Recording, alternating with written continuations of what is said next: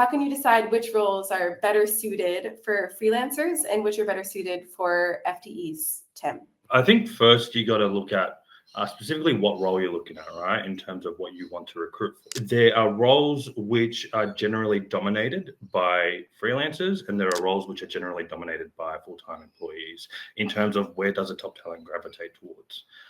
Like, for example, in the Philippines, right? Because I know the Philippines market best in terms of in comparison to other markets, right? I'm not saying that, I'm a global expert, but when it comes to marketing talent in the Philippines, for example, heavily dominated by freelancers, good freelancers as well, right? And it's just kind of the nature of the market.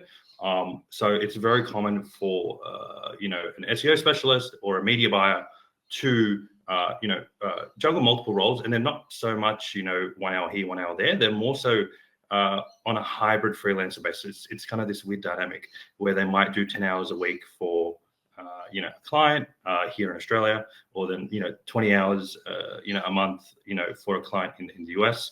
So it really just depends, but that's kind of what the market looks like. And also it's kind of the same situation when it comes to video editors and also virtual assistants.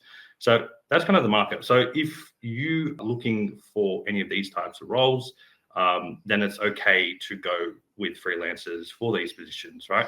And then it also depends on going to the other side of things, right? If you're looking for a full-time employee, you can find full-time employees for these positions as well. You just need to kind of pitch it a bit different.